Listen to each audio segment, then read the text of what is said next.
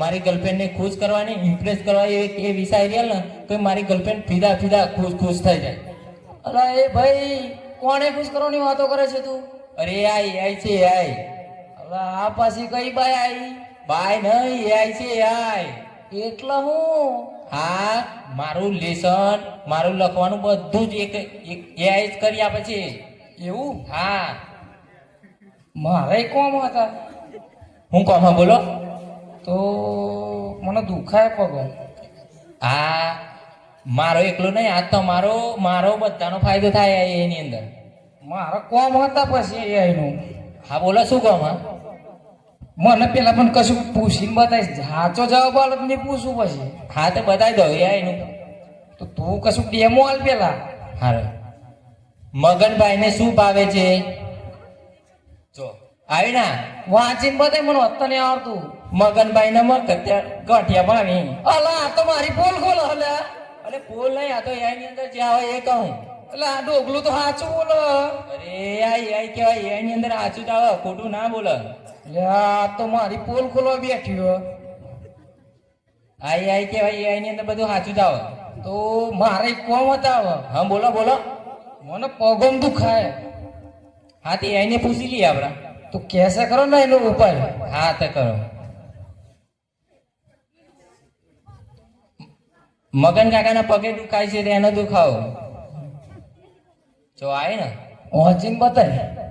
ગરમ પાણીની મોલીશ ને મરચું. અરે આ તો માર નાખશે મને. અરે આ એક વખત ટ્રાય તો કરી જો ખાલી. ના ના ના, મારે મરવું નથી. અરે ટ્રાય તો કરો ખાલી. આ તારું ડોગલું શું બોલે? આવું થોડી હોય. એક વખત ખાલી ટ્રાય કરો, પછી તમને ખબર પડી જશે કે મોટો કે નહીં. અને કશું તો તન્ની છોડું પણ. હા હા, એ બધું મારા ઉપર મિલ દે, તમારે કશું જ નહીં થાય. હારું તો ચોપડી બતાય. હા હા. એક મિનિટ હો. આ પગે હો.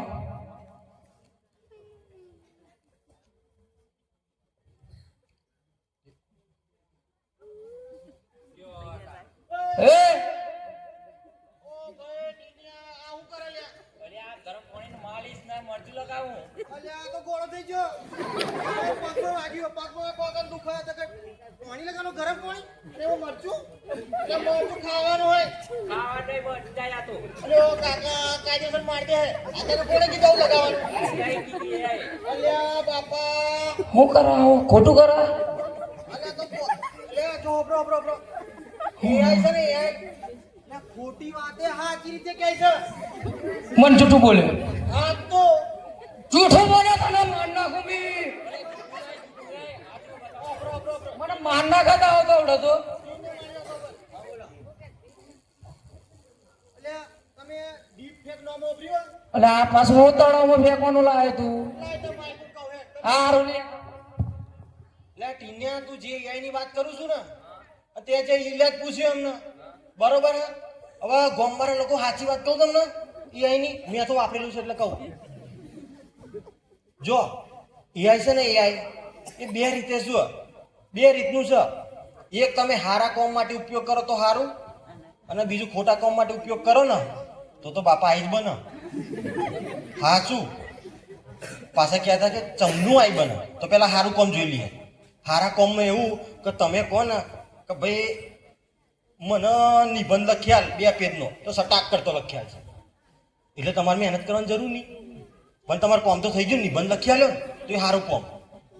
પછી એવું કે ભાઈ આનો ફોટો છે ને આની જગ્યાએ લગાયા, આ મનને બાયડી જોડે ઉભી હોય ને, કંકુ ના કંકુ નહીં, તું છે ને મંગુન બિહાડ દે. બોલો, મન્યાએ મંગુ જોડે ફોટો ના પડાયો હોય ને તો એ મંગુ બાજુ ઊભી હોય. સાચી વાત કે ખોટી વાત? અને પાછું ખબર ના પડે, આપણને તો એવું જ લાગે કે હા તો ખરેખર મંગુ આન જોડે છે. ખોટું લાગે? મારા ભાઈબંધની બર્થડે હતી ને તો નરેન્દ્ર મોદી જોડે વિશ કરાઈ. જોઈ લે ફોટો, જોઈ લે. એટલે આ તો ભાઈ કેવું કરે, એટલે મોદી સાહેબ તે ભાઈબંધની વિશ કરવા આવ્યા છે, તમને લાગે ભાઈ આવું વાપરીને મોનવામાં આવે ને? ખોટી વાત ને? બરોબર, આ 2 મિનિટનો હરખ થયો હશે કે ભાઈ મોદી સાહેબે હેપી બર્થડે કીધું, હરખ થાય, પણ એ કોમ તો ખોટું જ ને.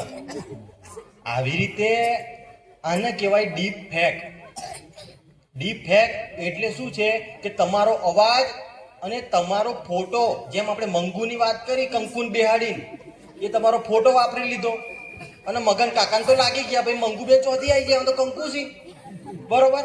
તો એ ફોટો ખોટી રીતે વાપર્યો. અને બીજી વાત, ગોમવાળા લોકો, હારામાં હારી વાત કહું તમને, જો મંગુનો છોકરો ટીનો, બરોબર છે, હવે ટીનાનો જે અવાજ છે, હવે તમને ફોન આવે એટલે આ ટીનાના એક્સિડન્ટ થયો, ફટાફટ ₹1,00,000 મોકલી દો કે, તો ટીનાના બાપા શું કરશે?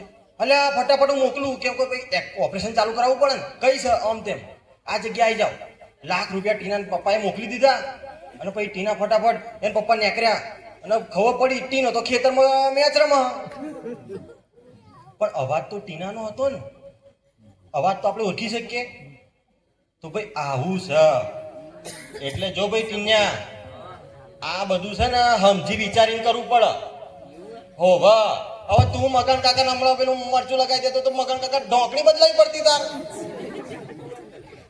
હા, તમને ખબર પડી. હવે એઆઈ નો યુઝ કરો, એને વાપરો તો સમજી વિચારીને વાપરો, સારા કામ માટે. સાચી વાત ખોટી વાત? હા, તો આટલું અમારું હતું નાટક. ધન્યવાદ.